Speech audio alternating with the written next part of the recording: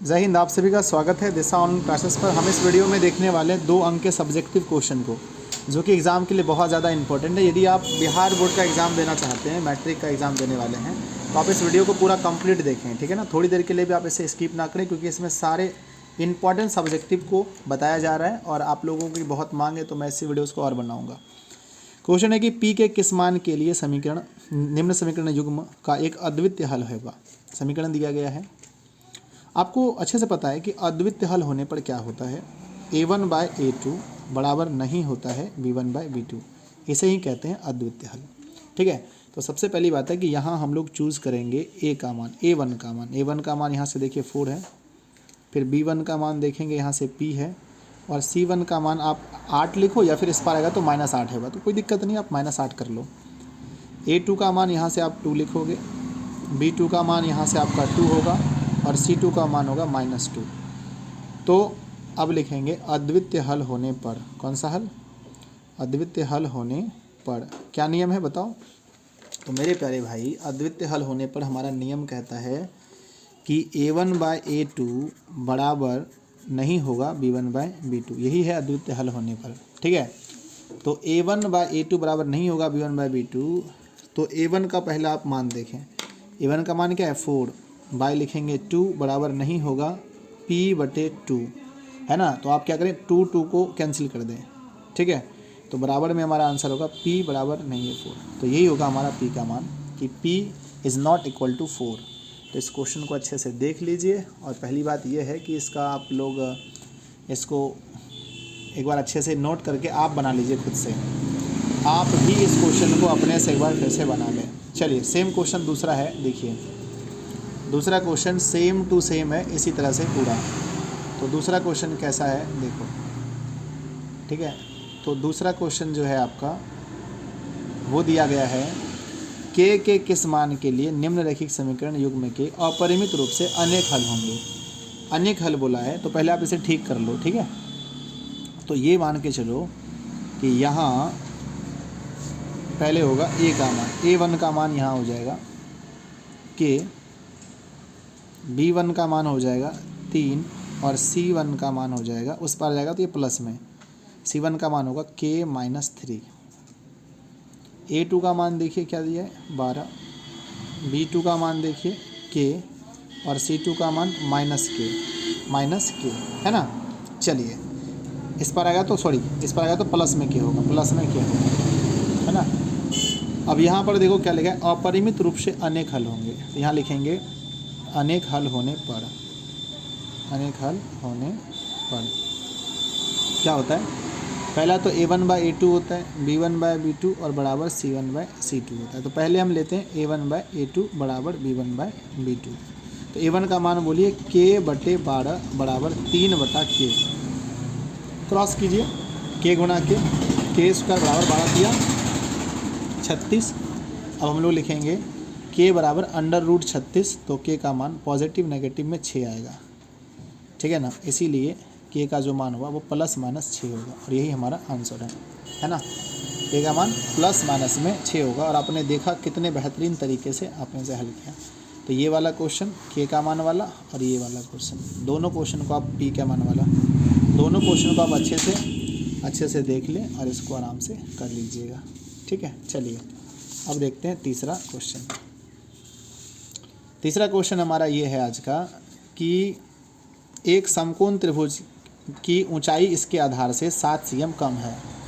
यदि कर्ण 13 सेंटीमीटर का है तो इसकी अन्य 2 भुजा ज्ञात करें। एक समकोण त्रिभुज की ऊंचाई आधार से 7 कम है, ये हमने बना दिया समकोण त्रिभुज, और इसकी जो ऊंचाई है ना A, B और C, इसकी जो ऊंचाई है, ये इसकी ऊंचाई है, इसकी जो ऊंचाई है इसके आधार से 7 कम है। तो आधार को मान लीजिए x, तो ये इससे 7 कम हो गया। तो यहाँ लिख देते हैं माना आधार बराबर x, और ऊंचाई बराबर तब क्या हो जाएगा, ऊंचाई बराबर हो जाएगा x - 7 सेंटीमीटर, और कर्ण इसका दिया गया है 13 सेंटीमीटर। तो अब हम इसमें यूज करेंगे पाइथागोरस प्रमेय का। तो लिखेंगे पाइथागोरस प्रमेय से, क्यों करेंगे, क्योंकि ये बताया गया समकोण त्रिभुज है, और समकोण त्रिभुज में पाइथागोरस प्रमेय लगता है। पाइथागोरस प्रमेय क्या कहता है? कर्ण का स्क्वायर बराबर लंब का स्क्वायर और प्लस आधार का स्क्वायर। कर्ण कितना है? कर्ण है 13 का स्क्वायर, लंब कितना है? x माइनस 7 का स्क्वायर, आधार कितना है? x का स्क्वायर। 13 का 169, a माइनस बी का होल स्क्वायर, तो A square minus 2ab plus B square plus X square. अब देखिए 169 में ये जो प्लस में देख रहे हैं आप एक्स स्क्वायर, यानी कि 7 का स्क्वायर 49, आके इधर घट जाएगा 49, तो बचेगा एक्स स्क्वायर माइनस 7 दूना 14x प्लस में एक्स स्क्वायर। ठीक है, तो ये बचा 120 बराबर x square 2x square minus में 14x, या कह सकते हैं 2x स्क्वायर माइनस 14x है ना, माइनस 14x और माइनस 120 बराबर 0। अब यहाँ पर 2 कॉमन ले लीजिए तो बचा एक्स स्क्वायर माइनस 7x और माइनस में 60 बराबर 0। ठीक है ना, 2 जाके उस पार में 0 हो गया, तो एक्स स्क्वायर माइनस 7 को तोड़ देंगे, 12 पंजे 60 है ना, 12 और 5 में 5x माइनस 60 बराबर 0। x कॉमन लेंगे तो x माइनस 12 प्लस 5 लेंगे तो x माइनस 12 बराबर में 0, या x माइनस 12 अब लेंगे कॉमन तो बचेगा x प्लस 5 बराबर 0। ठीक है, तो हमेशा प्लस वाला मान होगा, तो x माइनस 12 बराबर 0, तो x का मान आ गया 12, यहाँ x प्लस 5 बराबर 0, x का मान माइनस। तो चूँकि x का मान धनात्मक होगा इसीलिए x का वैल्यू हम लेंगे 12। तो x हमारा क्या है बताइए? तो x हमने माना था आधार को, और ऊंचाई इससे 7 कम है। ठीक है, तो अब लिखेंगे, अब आधार यानी x बराबर 12 सेंटीमीटर और ऊंचाई यानी x माइनस 7, तो 12 में से गया 7 तो बचा 5 सेंटीमीटर। ठीक है, 5 सेंटीमीटर। तो देखिए हमने इसको कैसे हल किया। क्वेश्चन बड़ा फेमस है। एक समकोण त्रिभुज की ऊंचाई इसके आधार से 7 cm कम है, यदि कर्ण 13 का हो तो अन्य भुजा ज्ञात करें। तो अन्य 2 भुजा हमने निकाला, क्या निकला? 12 सेंटीमीटर और 5 सेंटीमीटर। ठीक है, तो आप लोग इसको अच्छे से कर लीजिएगा, हम उम्मीद करते हैं कि आप लोग इसको अच्छे से कर लेंगे। आइए अब चलते हैं नेक्स्ट क्वेश्चन में। अगला क्वेश्चन है, द्विघात समीकरण इतना के मूलों का अस्तित्व हो तो उसे पूर्ण वर्ग विधि द्वारा ज्ञात करें। तो सबसे पहली बात यह है कि मूलों का अस्तित्व है या नहीं, इसको जांच करना पड़ेगा। तो दिया है 2x square minus 7x plus 3 बराबर 0, तो यहाँ a1 का मान होगा 2, b1 का मान -7 और c1 का मान 3। ठीक है, तो d बराबर होता है formula b square minus 4ac, तो -7 का स्क्वायर 4ac, तो 49 और माइनस में 8 या 24, तो 25 आ गया। तो चूँकि मूलों है ना, चूँकि मूल क्या है? वास्तविक एवं असमान है, वास्तविक एवं असमान है। तो बोला था यदि मूलों का अस्तित्व है तो इन्हें पूर्ण वर्ग विधि से ज्ञात करें। अब इसे पूर्ण वर्ग विधि द्वारा हम हल करेंगे। ठीक है, तो पूर्ण वर्ग विधि में क्या होता है आपको अच्छे से पता होगा। तो पहले जो समीकरण दिया गया है, जैसे कि 2x square minus 7x plus 3 है ना, तो प्लस 3 को आप उस पार भेज दीजिए, तो बन गया ये -3। ये जो प्लस 3 था ये बन गया -3। अब क्या लिखेंगे? दोनों तरफ 2 से भाग करने पर, 2 से भाग करने पर, तो जो चीज़ यहाँ पर दिया जाता है ना, यहाँ पर जो भी रहता है पहले में, इसको दोनों तरफ से भाग करते हैं। तो यहाँ लिखा था 2x स्क्वायर माइनस 7x बराबर -3, तो 2 से इसको भी भाग करेंगे, 2 से, और इसको भी 2 से, सबको 2 से भाग करेंगे, तो ये और ये कट गया, तो बचा x स्क्वायर माइनस 7x/2 बराबर में -3/2। अब किसी भी तरह से हमें इसे a प्लस बी या a माइनस बी का फार्मूला इसको पुराना है, तो कैसे पुराएंगे? तो चलिए एक्स स्क्वायर तो हमारा हो गया, a का स्क्वायर मान के चलिए, तो हमने लिखा है एक्स स्क्वायर, है ना। या फिर इसका नियम होता है कि दोनों तरफ b/2a या -b/2a का होल स्क्वायर जोड़ने पर, नियम होता है इसका। ठीक है ना, 2 नियम याद रखिएगा। दोनों तरफ भाग करने पर a में, है ना, a के जगह पर जो रहेगा उससे यहाँ भाग करना। जैसे यहाँ पर था अभी 2, तो हमने लिखा 2 से भाग करने पर। अगर रहेगा 3 तो लिखिएगा 3 से भाग करने पर। और दूसरा नियम यह है कि दोनों तरफ -b/2a जोड़ने पर या फिर b/2a का स्क्वायर जोड़ने पर कोई दिक्कत नहीं है। तो x² - 7x/2 था प्लस b/2a। तो अब यहाँ बताइए b का मान कितना है, b का मान है 7 और तो 7/2a।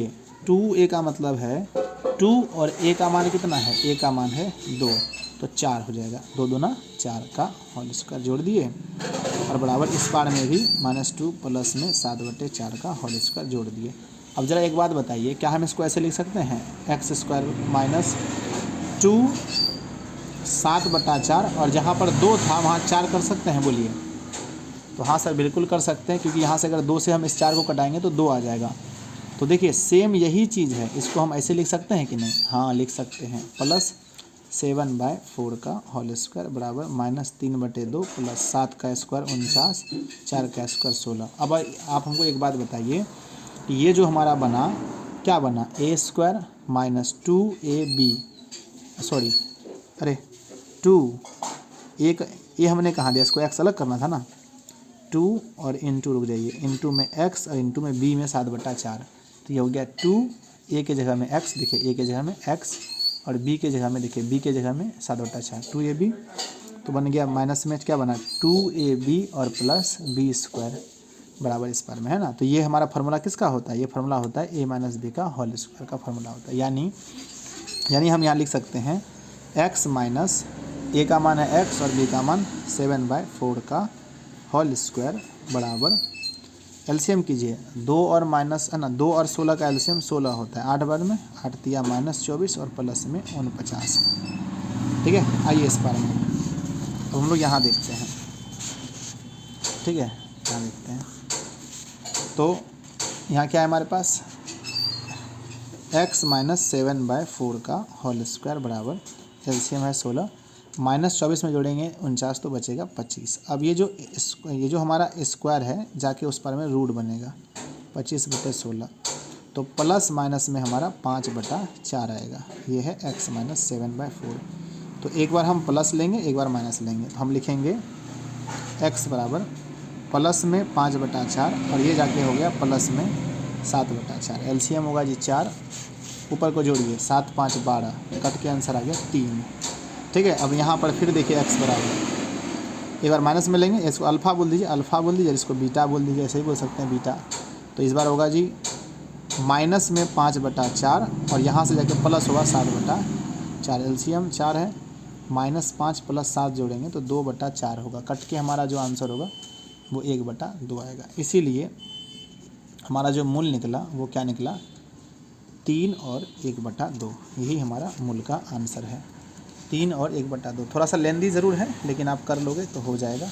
पूर्ण वर्ग विधि में 2 नियम याद रखिएगा। पहला है जो a के जगह पर मान रहेगा उससे भाग करने पर, दूसरा दोनों तरफ b/2a जोड़ने पर। और थोड़ा सा यहाँ पर दिमाग लगाना है कि सूत्र कैसे बने, सूत्र बन जाएगा। अगली वीडियो में एक और पूर्ण विधि हम आपको ऐसा प्रयास करें कि आपको हम एक और बता दें। चलिए, तो ये हो गया हमारा क्वेश्चन नंबर 4 है शायद ना।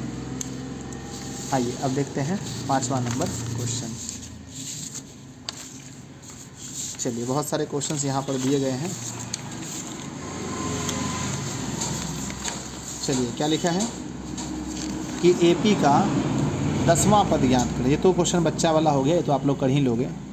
तो यहाँ पहला पद A का मान हो गया 2, D कैसे निकलता है A2 - A1, तो 7 में गया 2 तो बचा 5। अब बोला 10वां पद, यानी A10 बराबर फार्मूला होता है A + 9D होता है ना। 10वां बोलेगा तो 9D, 30वां बोलता तो A30 बराबर A + 29D होता कि नहीं होता।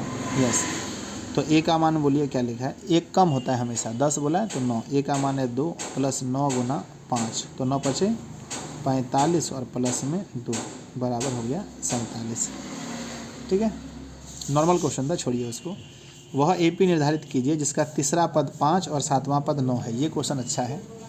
AP आपको निकालना है जिसका तीसरा पद 5 है, तो हम लिखेंगे दिया गया है।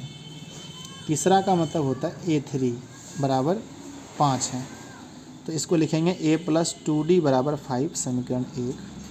पुनः लिखेंगे सातवां पद 9 है, यानी A7 बराबर 9, तो A + 6D बराबर लिखेंगे 9, समीकरण नंबर 2। अब हम लिखेंगे समीकरण 1 तथा 2 से, समीकरण 1 तथा 2 से। समीकरण 1 क्या है, A + 2D बराबर 5, A + 6D बराबर 9, समीकरण 1 समीकरण 2। माइनस माइनस माइनस क्या करने पर माइनस कट गया, -4D बराबर -4, माइनस माइनस कट गया, तो D का मान आ गया 1, है ना। अब समीकरण 1 में D का मान रखने पर तो समीकरण 1 देखेंगे आप लोग, तो है समीकरण 1 A + 2D बराबर 5, A का मान हमें मालूम नहीं, D का मान मालूम है 1 बराबर 5, या A + 2 बराबर 5, A बराबर 5 - 2, A बराबर 3। अब A मालूम चल गया और D मालूम चल गया। अब आपको AP निकालना है, क्या बोला, वह AP निर्धारित कीजिए। तो अब क्या लिखेंगे, अब AP कैसे होता है, AP में A लिख दो, उसमें D जोड़ते जाओ। तो A का मान है 3 लिख दिए, उसमें D जोड़ते चलिए। D कितना है 1, तो 1 उसमें बढ़ा दीजिए, 3 के बाद 4, 4 के बाद 5, 5 के बाद 6, फिर 7, फिर 8, डॉट डॉट हो गया। कितना अच्छा क्वेश्चन था, देख लीजिए। तो इस तरह से आप आराम से निकाल सकते हैं, है ना। चलिए आगे देखते हैं कुछ और क्वेश्चंस को। ये तो हो गया, इसको देखिए। द्विघात समीकरण 2x² - 4x + 3 बराबर 0 का विवेचक ज्ञात कीजिए और फिर मूल की प्रकृति बताइए। पहले विवेचक निकालना है, फिर मूल की प्रकृति। तो देखो यहाँ हमें जो लिखा है 2x² - 4x + 3 बराबर 0, A का मान है 2, B का मान है -4 और C का मान है 3। तो विवेचक पहले हम लोग निकालते हैं। विवेचक यानी D बराबर चित्र होता है B² - 4AC। तो B का मान है -4 का स्क्वायर 4, A का मान 2, C का मान 3। 16 - 4 दूना 8 या 24, तो बराबर -8 आया, -8। और जब माइनस में 8 आ जाए तो आप समझ सकते हैं मूलों की प्रकृति क्या है। बोलेंगे चूँकि D का मान ऋणात्मक है, अतः मूल अवास्तविक है। अतः मूल क्या है, अवास्तविक है। अतः मूल क्या होंगे, अवास्तविक होंगे। ठीक है। चलिए अगला प्रश्न देखिए, लिखा है कि AP इतना के लिए प्रथम पद और सार्वंतर लिखें। AP 3/2, 1/2, -1/2, 3/2। देखिए आप लोग को लगता है कभी कभी कि सर आसान प्रश्न है तो नहीं आएगा। बच्चे आसान प्रश्न ही अक्सर आते हैं, टेंशन मत लो। तो पहला पद लिखना है प्रथम पद, तो हम लिखेंगे प्रथम पद यानी A बराबर पहला क्या है 3/2। फिर निकालना है हमें सार्व अंतर यानी D बराबर फार्मूला होता है A2 - A1। तो A2 क्या है 1/2, A1 क्या है 3/2, LCM होगा 2, 1 - 3 बराबर -2/2, कट के आंसर -1। ठीक है, कट के आंसर क्या होगा, माइनस में 1 हमारा आंसर हो जाएगा। नेक्स्ट प्रश्न है उस AP के प्रथम 4 पद लिखें जिसका A और D दिया गया है। 4 पद लिखना है, तो हम लिखेंगे अब प्रथम 4 पद। तो पहला होगा जी A1 बराबर A होता है यानी कि 4। दूसरा A2 बराबर फार्मूला होता है A + D। A का मान बोलिए 4 और प्लस D का मान -3, तो 4 - 3 बराबर 1। फिर A3 बराबर A + 2D। तो A का मान है 4 + 2 गुना D का मान है -3, तो 4 - 6 बराबर -2। फिर A4 बराबर होता है A + 3D। 4 + 3 गुना -3, 4 - 3 या 9 बराबर -5। तो ये हमारे 4 पद निकल गए। तो फिर लास्ट में आप लिख सकते हैं इसीलिए 4 पद ये हैं। ठीक है। चलिए ये वाला क्वेश्चन, रेलगाड़ी वाला क्वेश्चन अगली पार्ट में करेंगे, थोड़ा सा लेंथ